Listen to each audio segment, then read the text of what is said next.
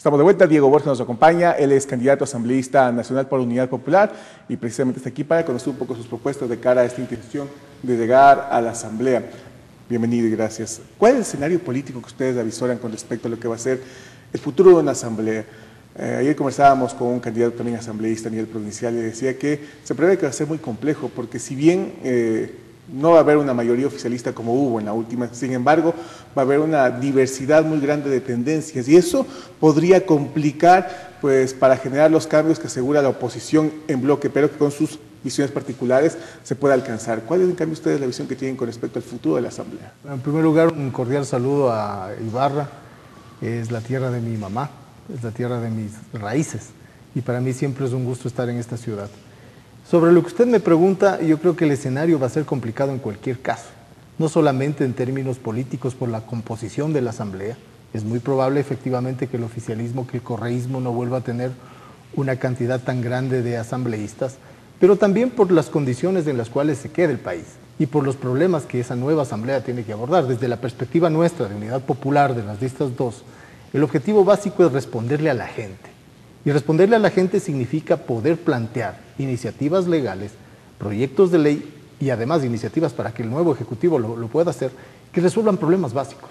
El empleo, el problema de la educación, el problema de la fiscalización. Yo creo que el Ecuador es un país digno y el Ecuador no soporta estos líos de corrupción tan grandes con escándalos que incluso ahora se ventilan en tribunales norteamericanos, lo de Odebrecht, que está salpicando a varios países latinoamericanos y también al Ecuador. Entonces es fundamental tener una asamblea que fiscalice también, pero también que resuelva los problemas de la gente. Y los problemas de la gente son el día a día, cómo vive, cómo come, cómo estudia, cómo trabaja. ¿Y cómo se resuelve desde la Asamblea Nacional, tomando en cuenta que la función específica es la fiscalización y la legislación, y desde el concepto de legislación, cómo se puede mejorar esta situación de vida de los ecuatorianos de manera directa y de un tema mucho más palpable? Bueno, de manera directa usted tiene iniciativas de ley que tienen que orientarse a resolver problemas objetivos, porque leyes que se hacen para que no sirvan, son leyes que no sirven.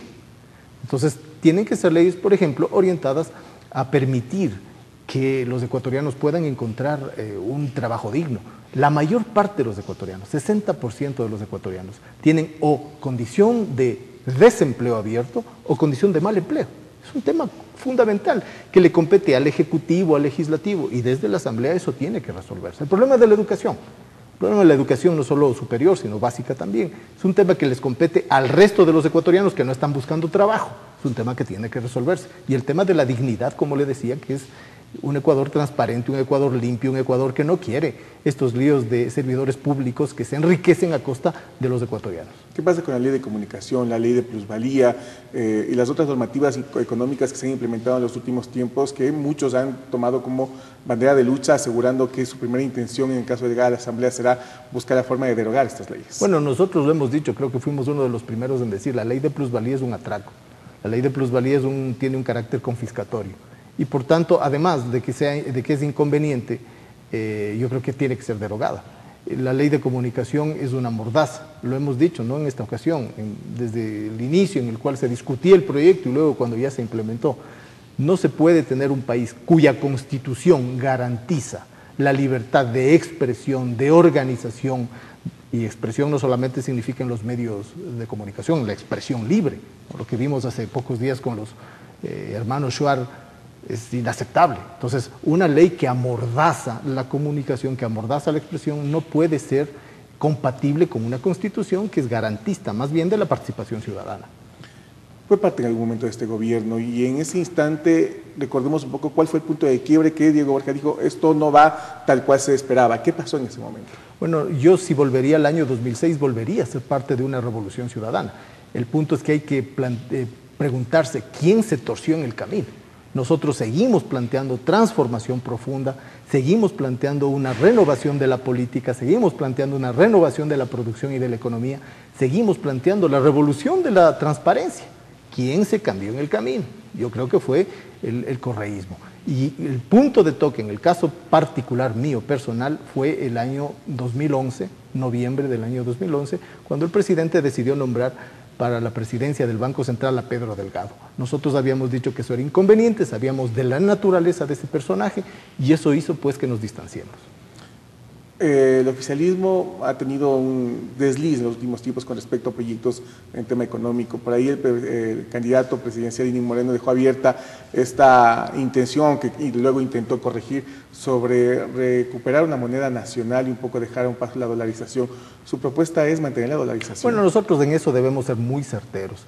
La dolarización es un esquema que funciona, que permita que las familias no pierdan la capacidad adquisitiva de sus salarios o de sus ingresos, sean grandes o pequeños, que le permita a la gente saber que si hoy día se endeuda en la cuota de una refrigeradora, el próximo mes va a ser más o menos la misma, no va a cambiar.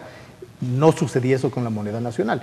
En un país en el cual no hay instituciones monetarias sólidas, hay fuertes presiones de grupos de poder, tener en este momento una moneda propia sería inconveniente. La propuesta nuestra es clarísima, mantener la dolarización como un instrumento que nos permita a los ecuatorianos vivir bien, y si en un futuro eso tiene que cambiar, tendría que ser modificado con la anuencia de la mayoría de los ecuatorianos, cosa que hoy día no sucede.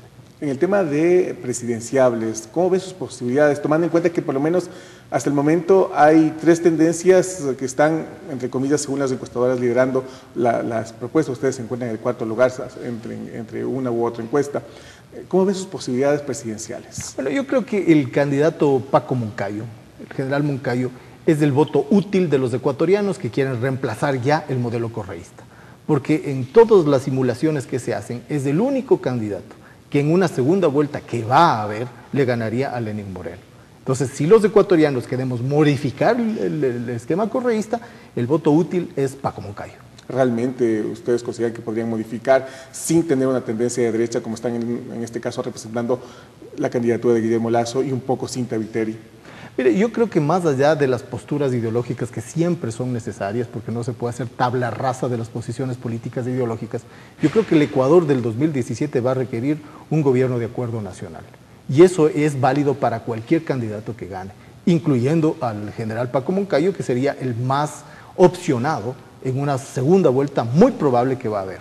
Muy bien, agradecemos la presencia esta mañana de Diego Borja, candidato asambleísta nacional por Unidad Popular. Nos vamos a una pausa, seguimos con más invitados.